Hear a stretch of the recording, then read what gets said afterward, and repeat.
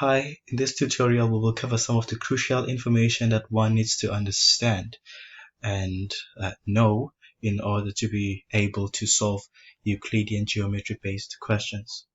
So what I'm saying to you is that you will not be able to do Euclidean geometry questions if you do not know some of these proofs and also concepts. I will first introduce you to some of the terms used here in Euclidean geometry, in circle geometry in particular. So this is a circle, and a line that touches the circle only once is called a tangent. And a line that touches the circle on two circumferences and crosses the center in this manner is called a diameter. A line that stretches from the center to any point in the circumference is known as a radius. Two radius are called radii, or it's written this way. And then this line here that touches the circumference twice but doesn't cross the center is called a chord. This region here is a sector, this region, and this region here is called a segment. It's called a segment. So these are some of the concepts that you need to know so that you don't get confused easily when you're when you have to deal with questions that make use of these words. Okay, so now I'm gonna give you an example of some of the concepts and proofs used extensively. Okay, so imagine you have a circle. It has a chord. This chord is called AB, and you draw the line OC. You draw the line OC. Let's say this is angle 1, this is angle 2. If you're tasked with proving that AC, this line here, is equal to CB, then you have to prove that C1 or C2 is equal to 90 degrees. If you can prove that if C1 is equal to 90 degrees, then you can say that AC is equal to CB. As we continue with the video, I will show you cases whereby you have to do these proofs, but for now you have to know this. So let's go to the second example. Imagine you have a circle with a triangle inside, drawn in this manner.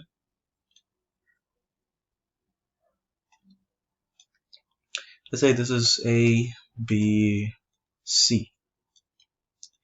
And you are asked to prove that AB is equal to AC.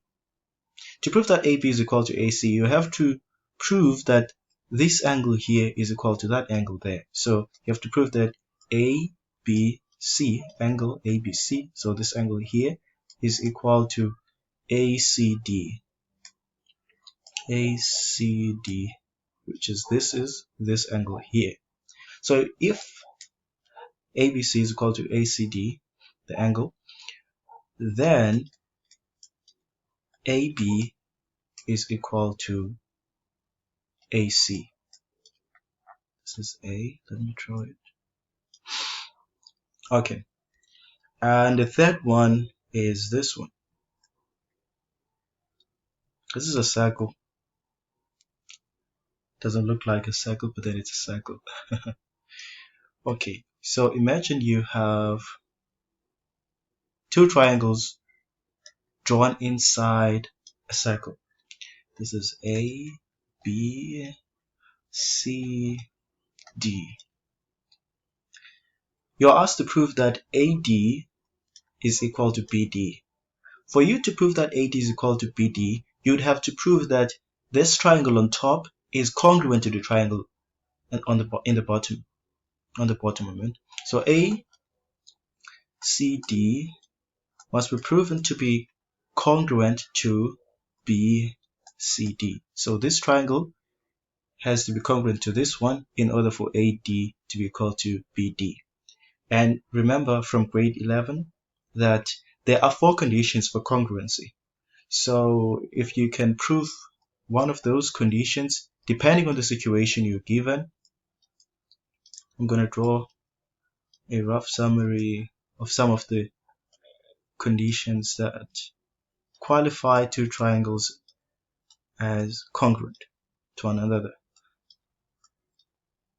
So if you can prove that this side is equal to this side, and at least this angle and this angle and this other side and this other side are actually equal, then that would prove that these 2 triangles are congruent.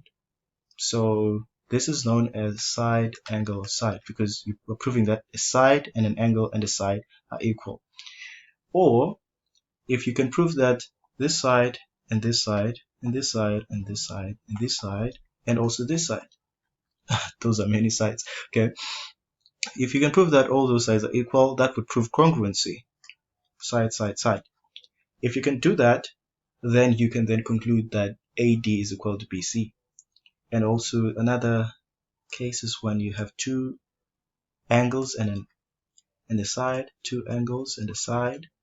This also would help you prove that AD is equal to BD. And this one as well. This is the case for the right-angled triangle with a hypotenuse. If you can prove that the hypotenuse are equal and also there's 90 degrees here, then these 2 other sides would then serve perhaps as these 2 other sides here. This is just a hypothetical situation, but any of these conditions would help you with proving that these 2 triangles are congruent. So if ACD is congruent to ABC, then you would say AD is equal to BD. Okay, now let's go to another one. Now imagine you're given this,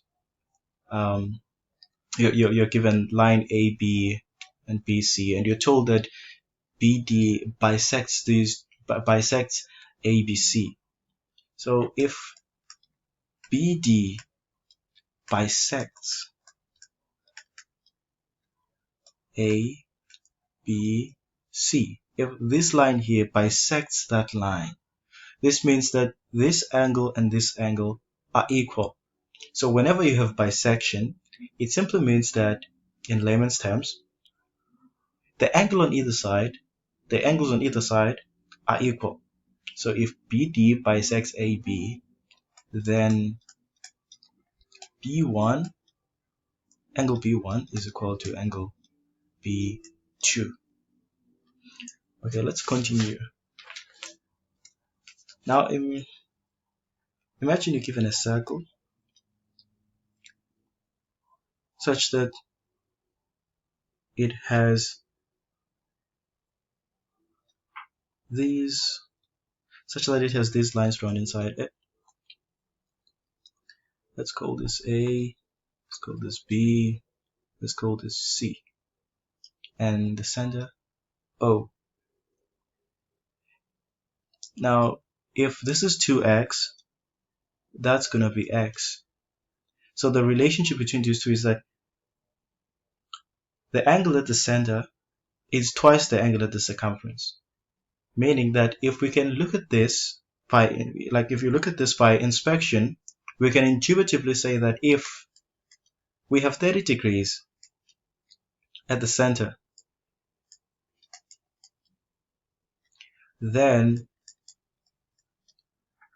we would have 15 degrees at the circumference.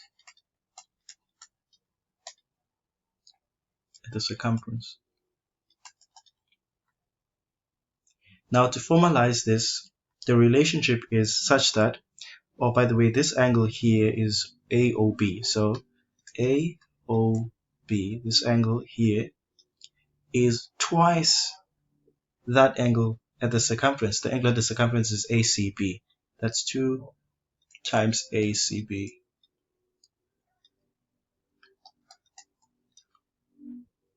We can also write it this way. ACB is equal to, so if we divide by 2 on both sides, we're going to get the value of ACB. That's going to be equal to 1 over 2 AOB, angle AOB. So this relationship is very important because it's going to be used extensively throughout Euclidean geometry in almost all the subsequent videos I'll be doing. And then let's look at another variation of this fact.